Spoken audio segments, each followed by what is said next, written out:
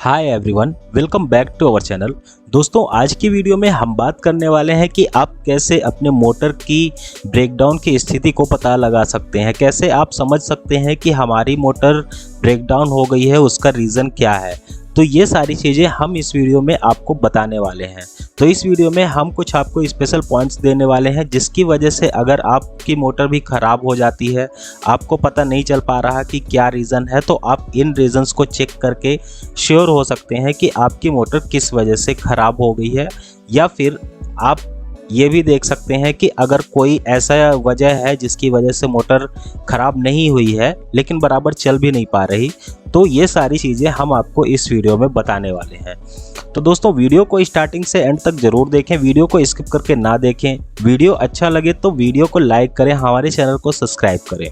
First point की अगर हम बात करें तो फर्स्ट पॉइंट में हम बात करेंगे विजुअल इंस्पेक्शन की। अगर आपका मोटर कभी भी ख़राब हो जाता है तो सबसे पहले आप उसका विजुअल इंस्पेक्शन करें। विजुअल इंस्पेक्शन का मतलब ये है कि मोटर को विजुअली चेक करें कि किसी भी प्रकार का फिजिकल डैमेज तो नहीं है, जैसे कि आपके इंसुलेशन या फिर आपके जो फ़ैन है वो सही सलामत हैं, वो सब बराबर चल रहे हैं।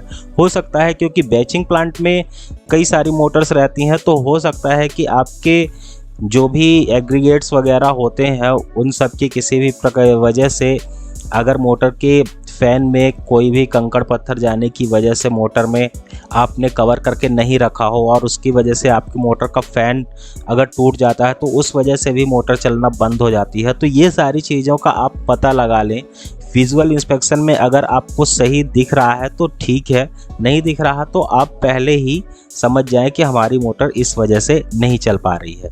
सेकेंड पॉइंट की अगर हम बात करें वो है इलेक्ट्रिकल टेस्टिंग।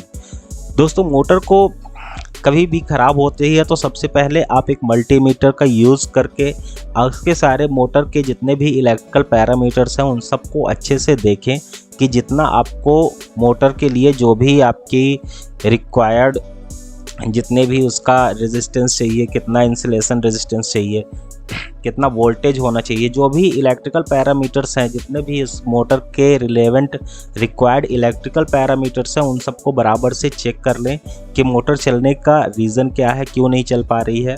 ये सारी चीज़ें चेक करने के बाद आप पता लगा सकते हैं कि मोटर क्यों बंद हो रही है, क्या रीज़न है। थर्ड पॉइंट की अगर मैं बात करूं तो थर्ड पॉइंट में power supply check. Power supply motor का चेक करें कि पावर सप्लाई जो आप इनपुट दे रहे हैं मोटर को वो उसके लिए सफिशिएंट है या नहीं है। अगर सफिशिएंट नहीं है तो अपनी पावर सप्लाई को बराबर रखें, उसके बाद मोटर चलाएं। और अगर फिर भी आपकी मोटर नहीं चल रही तो फिर उसको आपको रिवाइंडिंग या फिर कुछ ऐसे करवाने की ज़रूरत है। लेकिन अगर पावर सप्लाई की प्रॉब्लम है तो जितने रिक्वायर्ड है उस मोटर को मिनिमम आपके पास उतना पावर सप्लाई होना चाहिए, तभी मोटर चलेगा। नेक्स्ट पॉइंट की बात करेंगे मोटर साउंड। हमेशा इस बात का ध्यान रखें कि जब भी आपकी मोटर ख़राब होती है तो अजीब टाइप का साउंड देने लगते हैं, बहुत ही इनअप्रोप्रिएट साउंड मोटर से आने लगता है। तो हमेशा इस बात का ध्यान रखें कि मोटर को चलाते समय उसकी आवाज़ को आप सुन करके देखें कि कैसी आवाज़ आ रही है। किसी भी एबनॉर्मल आवाज़, जैसे कि किसी भी प्रकार की फ़ैन से आवाज़ आ रही है या मोटर के अंदर से आवाज़ आ रही है, तो ये आपको संभावना है कि आपकी मोटर ख़राब हो रही है या ख़राब होने वाली है। तो आप इससे पहले ही मोटर को रिपेयर करवा करके अपनी कॉस्ट को सेव कर सकते हैं। नेक्स्ट पॉइंट की हम बात करेंगे वाइब्रेशन चेक। मोटर को चलाते समय उसके वाइब्रेशन को महसूस करें कि हमारी मोटर जो चल रही है वो सही इतने ही वाइब्रेशन में चलना चाहिए या फिर नहीं चलना चाहिए।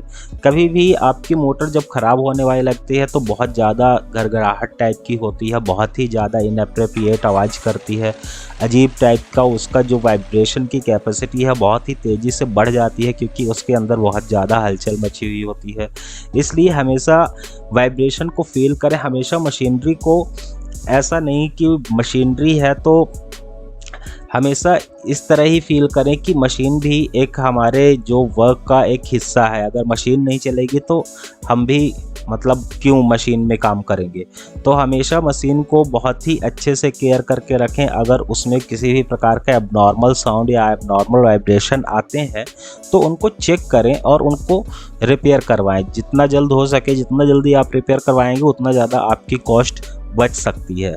अन्यथा अगर मोटर ख़राब हो गई तो आप जो पहले सोच रहे थे कि अभी रिपेयर करवाने के लिए भेज देते तो उस टाइम पे कॉस्ट बच भी सकती थी, लेकिन ख़राब होने के बाद आपका पूरा जो भी जितने भी कैपेसिटी की मोटर है उसका अकॉर्डिंग आपको कॉस्ट आ जाती है। तो ये सारी चीज़ें एक मोटर ख़राब होने की निशानी हो सकती हैं। नेक्स्ट पॉइंट की हम बात करेंगे जो कि है टेम्परेचर चेक।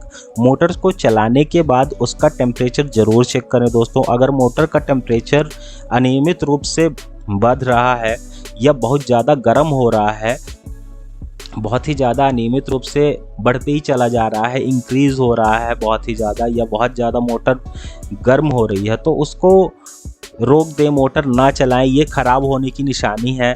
अगर आप अच्छे ऑपरेटर हैं या फिर आप अच्छे टेक्नीशियन हैं तो इस तरह की कंडीशन में मोटर को बिल्कुल ना चलवाएं। एंड नेक्स्ट पॉइंट की मैं बात करूंगा जो कि है लोड टेस्टिंग।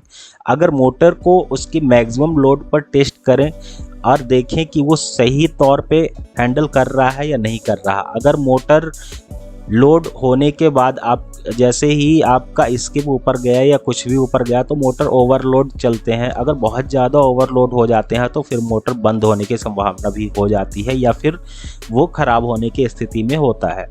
तो हमेशा इस बात का ध्यान रखें कि जब आपकी मशीनरी पीक लोड में रहती है तो मोटर की गतिविधि क्या है, मोटर क्या कितना लोड तक आपका मोटर आपकी मशीनरी को झेल पा रहा है। अगर आपका मोटर बार बार ओवरलोड हो रहा है या फिर आपका मोटर आपकी मशीनरी के अकॉर्डिंग नहीं चल पा रहा तो उसको रिपेयर करवाएं। ये आपके मोटर की प्रॉब्लम है।